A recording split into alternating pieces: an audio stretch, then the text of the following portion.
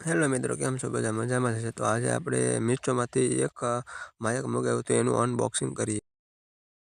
તો જુઓ મિત્રો, આ એનું ખોખું છે માયકનું. હવે એ માયકમાં શું નીકળે એ જોઈએ.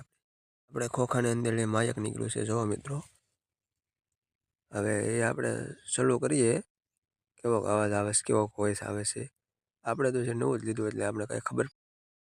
તો મિત્રો, આ ઓટીજી છે, એ સી ટાઈપનો છે. સી પિનમાં ભરાઈ દો એટલે ચાલુ થઈ જાય. આ ચાર્જિંગ કેબલ છે. ચાર્જિંગ પૂરું થઈ જાય એટલે ચાર્જિંગ કરવાનો ટેબલ છે.